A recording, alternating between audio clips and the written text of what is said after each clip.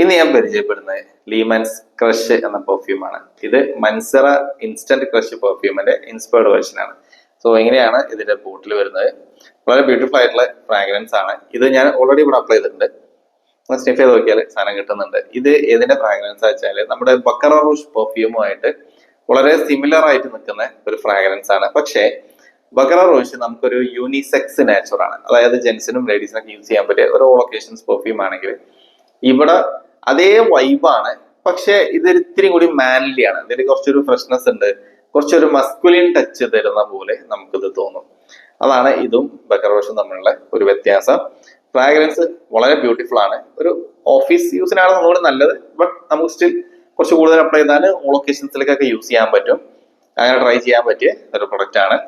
So ഇതിന്റെ performance പറയുകയാണെങ്കിൽ ഇതൊരു 2 hours വരെ ഇത് പ്രൊജക്ട് ചെയ്യും. അവിടെ നിന്ന് നമുക്കൊരു 5 to 6 hours വരെ ലോഞ്ചിവിറ്റി ഉണ്ട്. 30 ml ഇപ്പോൾ അവൈലബിൾ ആയിട്ടുള്ളത്. 30 ml 590 rupees ആണ് പ്രൈസ്. നിങ്ങൾക്ക് നമ്മുടെ ലേഡർ സോൾ വാങ്ങിക്കാനുള്ള ഡീറ്റെയിൽസ് ഒക്കെ ഞാൻ ഡിസ്ക്രിപ്ഷനിൽ ആഡ് ചെയ്യുന്നുണ്ട്.